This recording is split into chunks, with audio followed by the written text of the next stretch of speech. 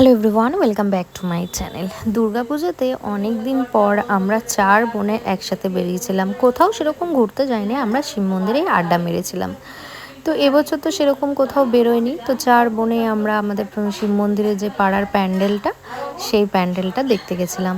অনেক দিন পর আমরা সবাই মিলে, বোনরা মিলে ঘুরতে বেরিয়েছি। আর এবছর আমাদের প্যান্ডেলটা সত্যি খুব ভালো করেছিল, একটু অন্যরকম করেছিল, আর ঠাকুরের মূর্তিটাও খুব সুন্দর করেছিল। তো এখানে আমার বর ছিল আমাদের সাথে। তো আমি, পিয়া, মামুন, বর্দি ভাই, আমরা সবাই মিলে বেরিয়েছি। আপনারা হয়তো আমার বর্দিকে এই প্রথম এই ভিডিওতেই দেখবেন। খুব মজা করেছি, অনেক গল্প করেছি, একসাথে ডান্স করেছি।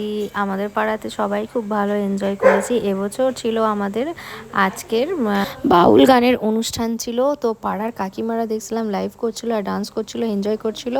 তো আমাদের পুজোটাতে খুব ভালো কেটেছে। আপনারা কেমনভাবে এনজয় করেছেন কমেন্টে জানাবেন। টাটা।